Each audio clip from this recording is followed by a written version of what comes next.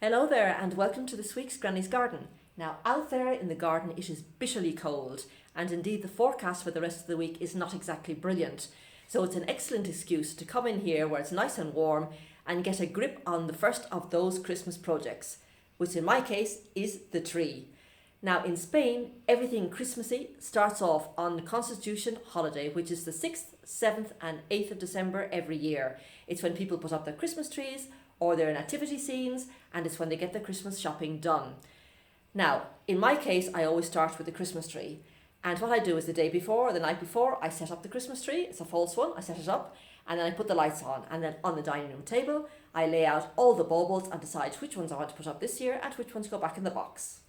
Now, I collect Christmas baubles, and it all started 20 years ago from one comment from my youngest daughter. Now, at the time, I was working as a marketing and international business manager in an aeronautical company. So I had all this corporate image below my umbrella, let's say. And I used to be responsible for decorating the company and trade shows.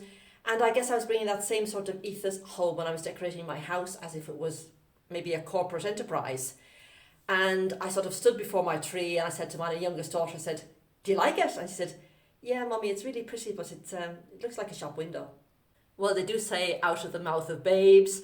Certainly it was a wake-up call for me, and it made me think back to my own childhood. My own mother had a wonderful tree. Obviously there were real trees at that stage, but each individual ornament was different and it meant something to her. And I remember as a child sitting on the ground looking from bauble to bauble, and it was magical. And I said, right, forget about it. Let's start from scratch and let's start a collection. And of course, being an international business manager at that stage and travelling quite a bit, several times a month, it enabled me to get a grip on this bauble collection, and it's grown year after year. So let's have a look. And there it is in all its glory. I want to get close up and show you a few of my favourites from the collection. Now, the first bauble I ever got was from Toulouse in France and was a little hand-painted bell. Quite delightful. And on that same day, I got my Man in the Moon, which I absolutely adore. Then I have my Italian ones from the north of Italy, from Cremona. They tend to go for art and crafts one. I think they're absolutely cute. There's another little angel here. And of course then further down in Italy, I've got obviously the little red peppers from Naples and from Capodimonte. Look at this one. It's a porcelain rose from Capodimonte and the little ribbons at the end. Absolutely delightful, that. Then I've got some items from the Thun, Thun collection, and they're instantly recognisable. You'll always see them, this type of figures. It can be either in a Santa Claus or a snowman or even a bell, but they're instantly recognisable because of the face and the style. And even when it's like in, I've got a little angel here and a little small nativity scene. They're instantly recognisable and they're from the Tyrol. Then I've got my Portuguese ones here. Such fun. I just love them. They're so unique. Great for kids as well. There's little Santa Claus. This one I had to repair because when Boston was younger, he got hold of it and pulled the arms off. But it got repaired. Look at this. Isn't this lovely? It's got a little porcelain face. And then it's dressed up like almost like a Venetian fancy dress costume. It's absolutely gorgeous. And this came from Portugal also, although it may look like it's from Vienna. Very pretty. Then I've got my little Austrian collection. Now, I've got my favourite shop in Vienna, in Austria. It's a Christmas shop. It's open 365 days of the year. And it's what I would call sumptuous. Little glass ornaments, hand painted in 24 karat gold. Absolutely delightful.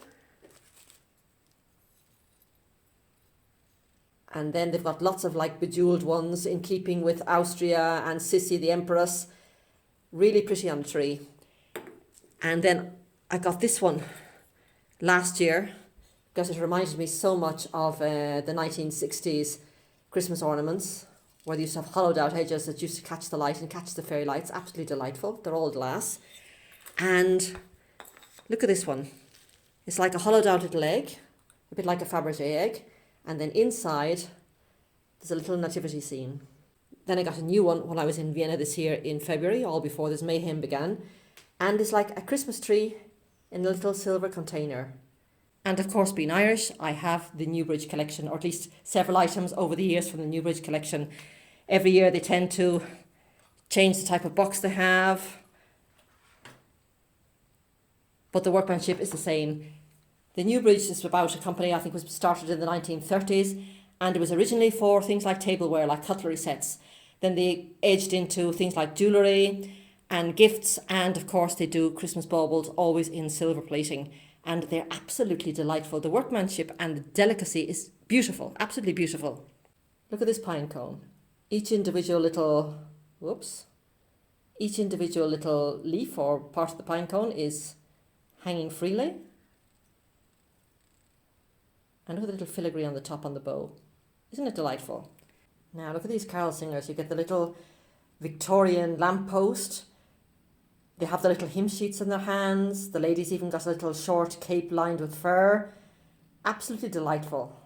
I have another little moon here. I love men in the moon. As you can see, my first one from Toulouse was a man in the moon, and I've been collecting them ever since.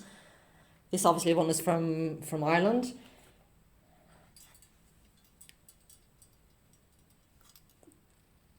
Cuckoo clock the same. It's got the clock down here in the middle. It's got a little deer on the side. Some Christmas trees on both sides. And at the top in the door is the little cuckoo itself. Such attention to detail. They've also got some, they mix the silver with porcelain. This is just a Christmas garland, a Christmas wreath. Again, very, very delicate. And this here, of course, the little building blocks for my first grandchild. I'll be gifting this to my eldest daughter. So that's going to go back in this little box now. And I'll be taking it to her today. And also new this year from my friend Ava, who's also a neighbour. This is from our local garden centre. It's got some little like embroidered leaves and embroidered flowers, and it's just placed onto the ball. Quite delightful. So that's my new one for this year. So, let's get started.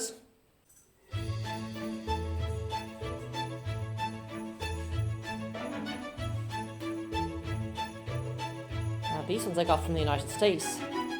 This little porcelain bell with a little silver top. It's actually got a little porcelain ringer on the inside.